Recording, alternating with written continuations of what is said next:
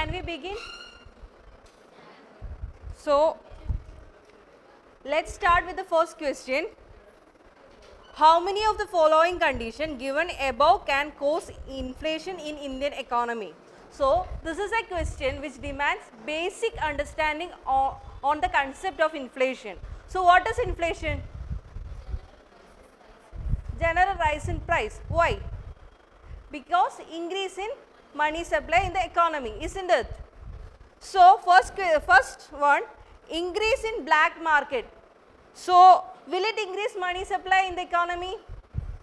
Yes. Decrease in circulation of narrow money? No. Okay. Extreme El Nino condition.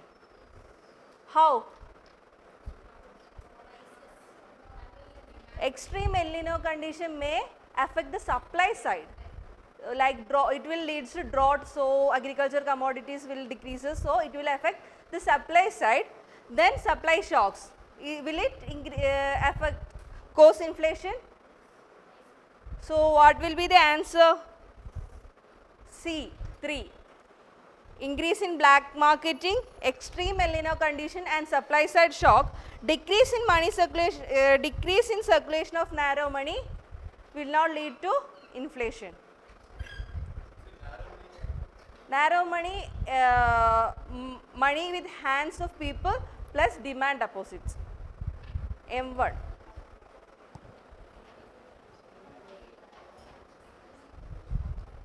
So, can we move to the next question?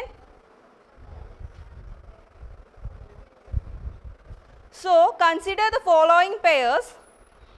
This is a factual question. It is a favorite banking reforms a favorite topic of UPSC. Okay. So, you should know the committees. Merger of banks, Narasimham committee. Governance of bank, PG Naik committee. Economic capital framework, Melegham committee. All the 3 pairs are correct. It's a factual question.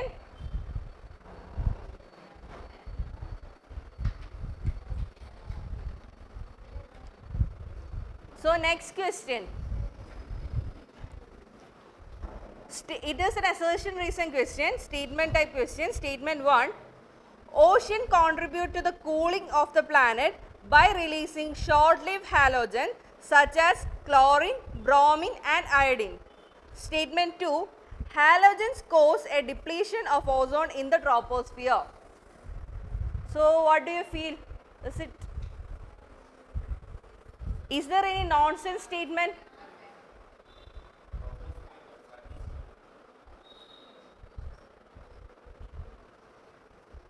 Okay. So,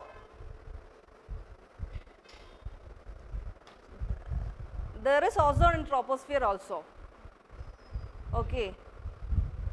So, when this halogen causes depletion of ozone, it extracts heat from the atmosphere. So, it is a cooling gas.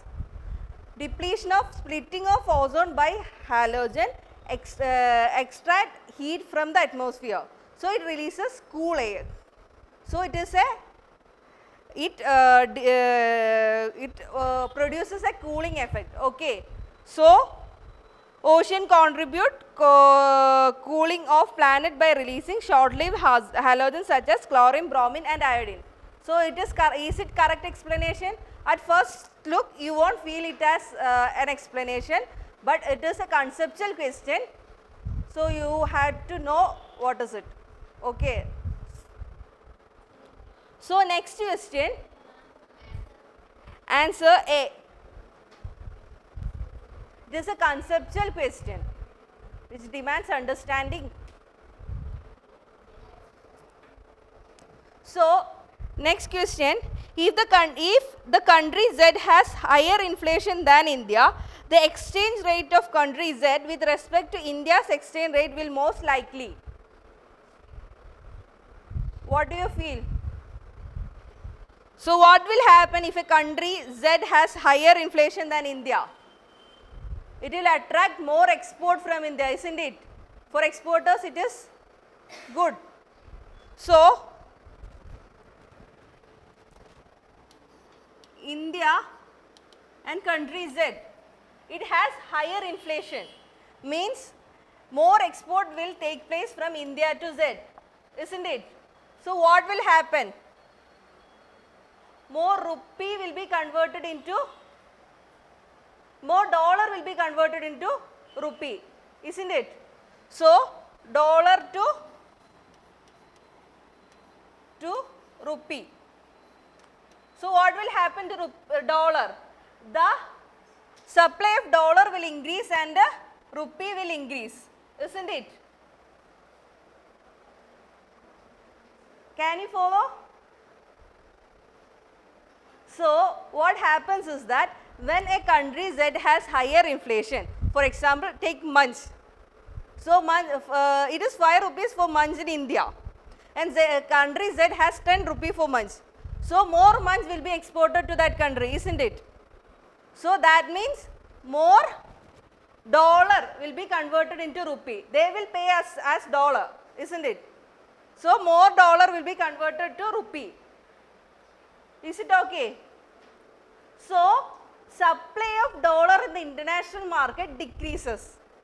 More dollar will be converted into rupee. So supply of dollar in the international market decreases. Is it okay? So what will happen? If supply of something decreases means its price increases, value increases. What about rupee? Depreciate. Understood? Okay.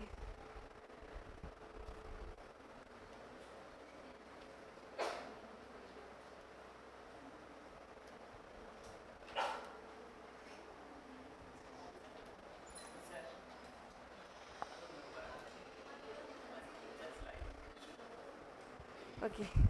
Non-Malayali students ഉണ്ടെന്ന് പറഞ്ഞുകൊണ്ടാണ്. Okay. ഒരു കൺട്രിയിൽ Z എന്ന കൺട്രിയിൽ inflation കൂടുതലാണ്, isn't it? അപ്പോൾ എന്ത് പറ്റും? മഞ്ചിൻ്റെ case എടുക്കുക. മഞ്ചിന് ഇന്ത്യയിൽ 5 രൂപയാ, ആ കൺട്രിയിൽ 10 രൂപയാ. അപ്പോൾ എന്ത് ചെയ്യും? ഈ എക്സ്പോർട്ടേഴ്സ് ഇവിടെ മഞ്ച് വിൽക്കുന്നതിനേക്കാൾ അവർക്ക് ലാഭം അവിടെ മഞ്ച് വിൽക്കുന്നതല്ലേ. സോ ഇവിടുന്ന് അങ്ങോട്ട് എക്സ്പോർട്ട് ചെയ്യും. അങ്ങോട്ട് എക്സ്പോർട്ട് ചെയ്യുമ്പോൾ എന്താ സംഭവിക്കുന്നത്? അവിടുന്ന് ഡോളർ ഇന്ത്യൻ റുപ്പിയായിട്ട് കൺവേർട്ട് ചെയ്യും. കാരണം എന്താ? ഇന്ത്യൻസിന് ഇന്ത്യൻ റുപ്പിയിലാണ് മണി വേണ്ടത്. സോ ഡോളർ ഇന്ത്യൻ റുപ്പിയായിട്ട് കൺവേർട്ട് ചെയ്യും. ഇതുവരെ ഓക്കെ ആണോ? ഡോളർ ഇന്ത്യൻ റുപ്പിയായിട്ട് കൺവേർട്ട് ചെയ്യുമ്പോൾ ഇൻ്റർനാഷണൽ മാർക്കറ്റിൽ എന്താ സംഭവിക്കുക? ഡോളറിൻ്റെ സപ്ലൈ കുറയും, റുപ്പിയുടെ സപ്ലൈ കൂടും. അതായത് ഇത്ര ഓക്കെയാണോ? റുപ്പിയുടെ സപ്ലൈ കൂടും, ഡോളറിൻ്റെ സപ്ലൈ കുറയും. സോ ഒരു സാധനത്തിൻ്റെ സപ്ലൈ കുറഞ്ഞാൽ എന്ത് സംഭവിക്കും? അതിൻ്റെ പ്രൈസ് ഇൻക്രീസ് ചെയ്യും, അല്ലേ? അപ്പോൾ റുപ്പിയെ അപേക്ഷിച്ച് ഡോളറിൻ്റെ പ്രൈസ് ഇൻക്രീസ് ചെയ്യും. ഇപ്പോൾ ഒരു ഡോളർ എന്ന് പറഞ്ഞാൽ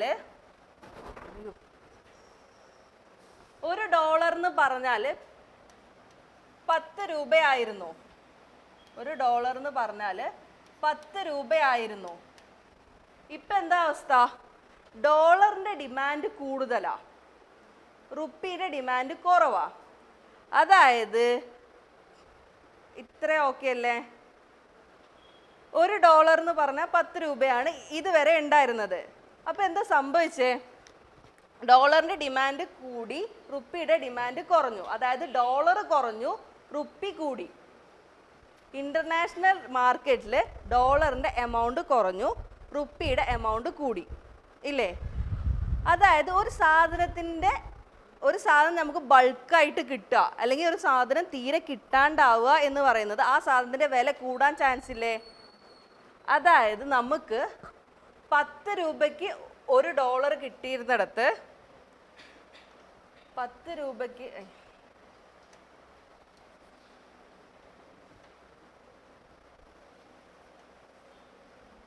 രൂപയ്ക്ക് ഒരു ഡോളർ കിട്ടിയിരുന്നിടത്ത് നമുക്ക് 20 രൂപ കൊടുത്താലേ ഒരു ഡോളർ കിട്ടൂ എന്നൊരവസ്ഥയിലേക്ക് വരും, അല്ലേ?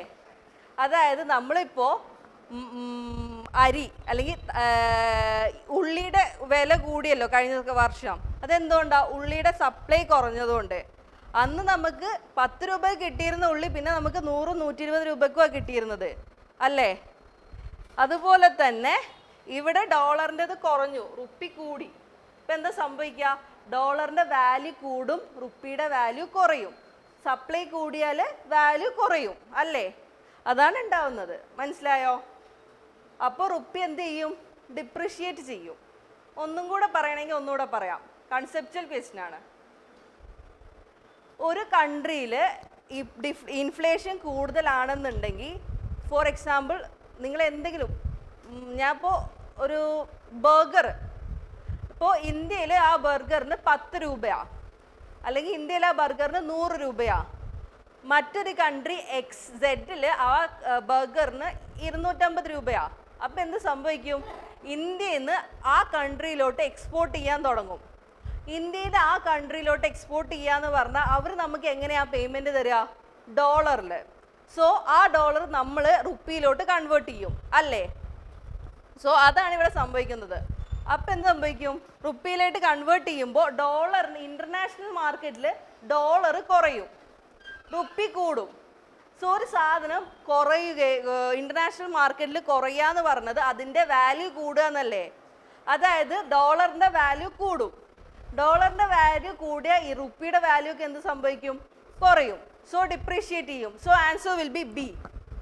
ഓക്കെ അല്ലേ?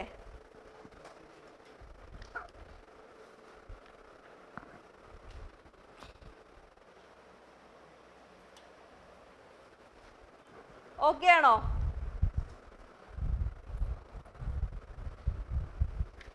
So answer will be B4B. So next question, with reference to marginal standing facility of RBI, consider the following. How many statements given above are correct? Okay, we have to identify the correct statement. RBI's tool to absorb excess liquidity to control inflation without any collateral. Do marginal standing facility need collateral? What is the difference between repo and marginal standing facility?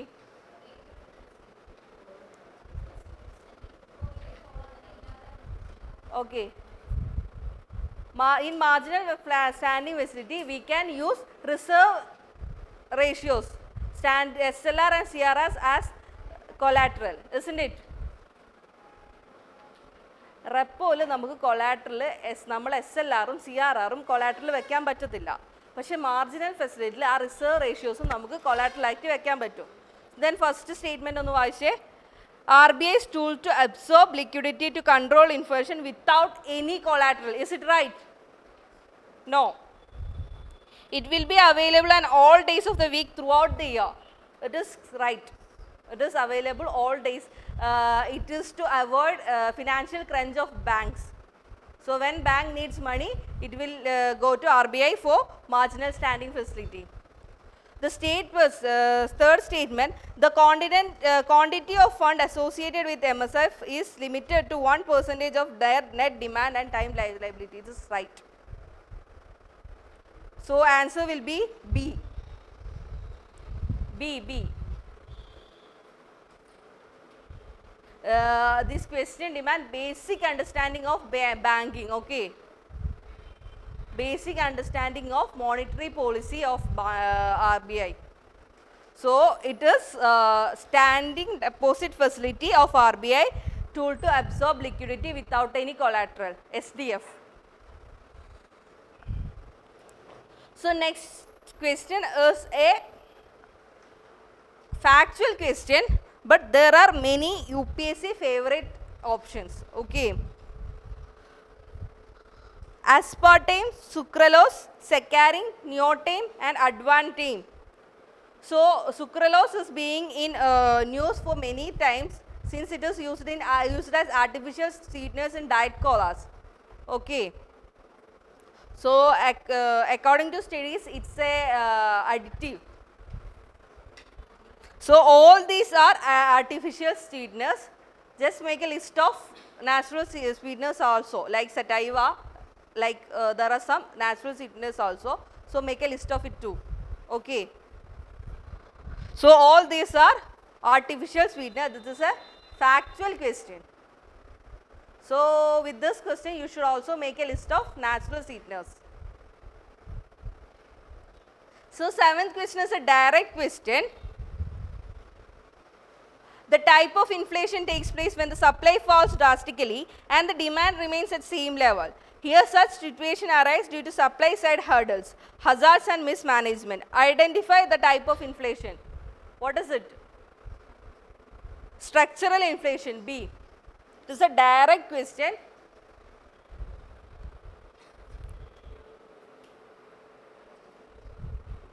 Structural inflation, B. No, creeping inflation is 1 to 2% inflation. A 7 is B. Structure. ഇതിൽ നോക്ക് എക്സ്പ്ലനേഷനിൽ എന്താന്നൊക്കെ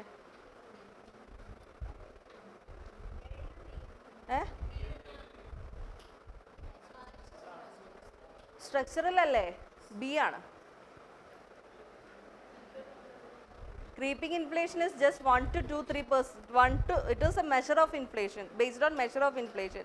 Creeping, galloping, all that is just according to quantity of inflation. It is a classification based on quantity of inflation. Galloping inflation means 200 to 200% inflation is what is called as galloping inflation. Creeping inflation is 1 to 4%. Single digit inflation is creeping inflation. Then skewflation, increase in price of single commodity, skewed inflation. Okay. So answer will be B. Yeah. Next question, B. Structural inflation. B. Answer B ആണ് answer. So with reference to urban cooperative banks, consider the following. How many of the given above us are correct? They are governed under Banking Regulation Act. The area of operation of urban cooperative bank is confined to metropolitan, urban, semi-urban areas. Any problem? Can we say it is confined?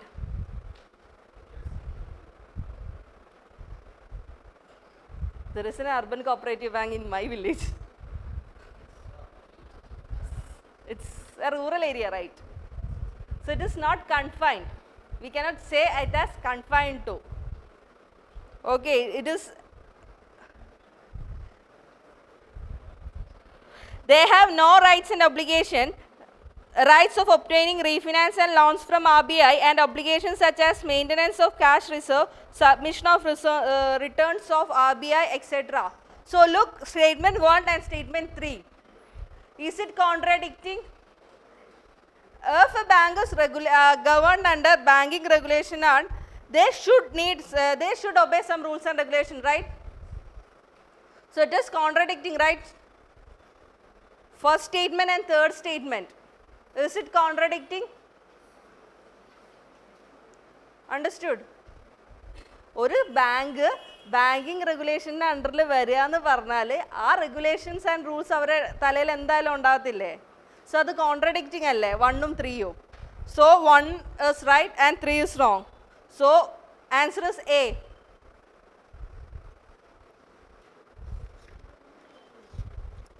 So next question. This is a basic question. Okay. Reserve Bank of India uses fiscal measures to control inflation. This is a basic question. Reserve Bank of India uses fiscal measures to control inflation, isn't it? Reserve Bank of India uses monetary measures to control inflation. So fiscal measures are there. It's governments, okay. It is government's measures to control inflation. Ministry of Finance measures inflation in India with the technical support of Department of Economic Affairs. It is Ministry of Statistics. So answer will be D.